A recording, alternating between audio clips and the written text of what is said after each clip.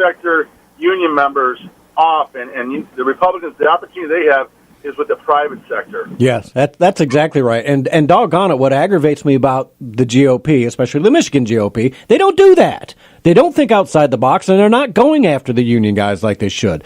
You know, Trump did, and Trump won. You got to mold. You got to mold a little bit of your message, right? Because if you try to run, especially in Southeast Michigan, as a conservative, right-wing, conventional campaign, you're going to lose. You have to be able to find the center line sometimes and get them to come back to you. Let me give you 2 examples of where this has already happened. The carpenters and millwrights are no longer members of the AFL-CIO, and neither are the Teamsters. They have gone more independent. So, you know, those are every Republican candidate should be reaching out to the leadership of the carpenters and millwrights and the Teamsters and say, what else can we do to make us more attractive to your membership and to you, to the leadership? Really good point. Yeah, really great good point. Yeah. You know, I'm wondering when union members, UAW members, are going to realize stuff like the FCA union, you know, the UAW with the Fiat Chrysler America vice president or whatever, corruption charges, his wife, and I mean, they were just stealing money from the union. They were stealing money out of their people's pockets. Yeah. You're like, where's the revolt to that? Let me make one quick comment, guys. Look, I've had this argument. I'm in a very strong union family and at high levels, and I've always been the black sheep of the family as an independent.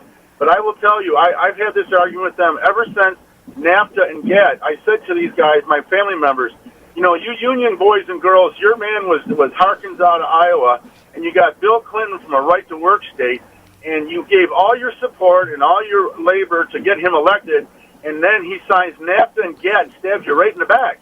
Yep. And yet you still go back to him. They blindly go back. Every time. Yeah, that's exactly right. Well, Mike, great call, man. Appreciate it. Call us again. Thank you. All right, take care. Yeah, well, that's enlightening. You know what I mean? I love getting calls from the union guys who are like, I'm trumping it. I'm going conservative. I'm going to vote my pocketbook. It makes sense. Vote your pocketbook, union guys. Trump is able to do that because he sticks away from the issues that put egg all over the face of Republicans, especially white male Republicans all the time. He focused on issues that he can actually fix instead of issues that are in the Supreme Court's hands that we can't fix and we shouldn't be talking about because all it does is divide and push people away. Yeah. So talk about people's pocketbooks. They pay attention. Yeah. And when it comes to the changes in the Trump cabinet, Gary Cohn, right? Brought Gary Cohn in to get tax reform done. That was Gary Cohn's job. And when Gary Cohn accomplished that job and disagreed with the next Trump campaign promise of revitalizing our steel industry, he was a globalist. And if you watched it, I think we played it last week, didn't we? Mm-hmm. Trump said, he's a globalist, he's leaving, love him, thank you very much, you did your job, maybe you'll come back someday. And Gary Cohn said yes. That's probably the same reason Tillerson's going too. What's wrong with using these cabinet positions and these advisors to the presidency as project managers? Come in, do what you're good at, go out, let the next person in that's the expert in the next agenda item. Yeah. There's nothing wrong with that. Last week, that's how executives work. That's what we were saying last week. Let's take a quick call from Ken in Livonia. Ken, welcome to the show. Yeah, I just wanted to say that as someone that is a former UAW member, I would never vote for the Democrat Party. First, they still embrace, of course, socialism when it comes to their economic understanding. They think it's okay to murder babies by their pro-choice view. And so there's definitely no way they're going to be ever getting my vote.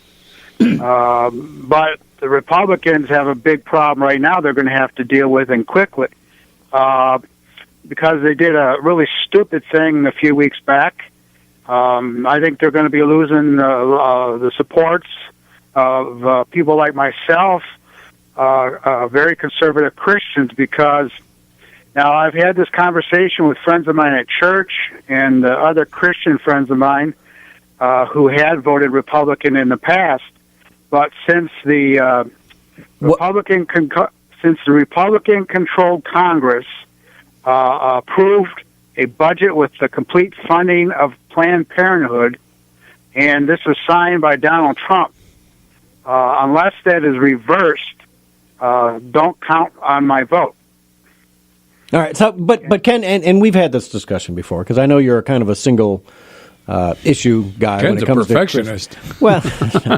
What's the I know. alternative if you don't vote conservative, though? The alternative is that Planned Parenthood We'll get is more going to money. expand. Yes. And more babies are going to be slaughtered. There Ken, is that 60% rule that unfortunately McConnell won't do away with, but they had to get a budget through. Well, we're running short on time. Ken, good point. I understand where you are on that. I disagree because I think we're sticking ourselves in the eye when we vote against Republicans because they allowed some funding of Planned Parenthood to continue. Because as much as we oppose that, we have as to much do as some we give and oppose take that, if we want to get things done. Great in this call, country. Ken. I appreciate it. We got to get a couple things in here still. I wanted to mention St. Patrick's Day again, and if you have not made plans for tonight, go to Burroughs Roadhouse in West Brighton, 810-227-6000. That's 810-227-6000. Or you go to burroughsroadhouse-roadhouse.com. They've got some St. Patrick's Day specials: lamb stew, corned beef and cabbage, shepherd's pie, and they're doing all kinds of good stuff. So they do brunches on Saturdays, 810-227-6000. Call, let them know that you're coming because the reservations are a good thing. 810-227-6000. There's all kinds of coupons in the current COURANTonline.com. Okay? And the last thing I want to talk about is McCabe. We can squeeze this in. We got a minute or two. Bye, McCabe. Bye, McCabe. Got fired today. Love right? it. It's about time Jeff Sessions actually did his job. Man, I'm telling you. If he hadn't done it by last night, I thought he was going to drop the ball. I don't know what took him so long. Well, he's not going to get he's not going to get his retirement. His full retirement. Yes. He's probably still going to get something for his service. They're going to knock him down a little bit and give him partial. But I think this is the precursor to charges being brought. Oh, absolutely. And I think this is the beginning of a lot of people. I think that when you start looking into the Peter Strzok and Lisa Page text messages and what the IG report's about to say, you are about to see a complete implosion. Yeah. Well, McCabe's already said he will bring other people down with him. So let's see this canary sing. I was just going to say, McCabe's about to just sing. Yes. He is going to go off because he's losing his whole life's work right now. Yeah. He has nothing else to lose. You know what? Expose them all. Do the right thing. Right your wrongs. And let's make America great again. It was said last night on Tucker, why haven't they gotten rid of Strzok and Page yet?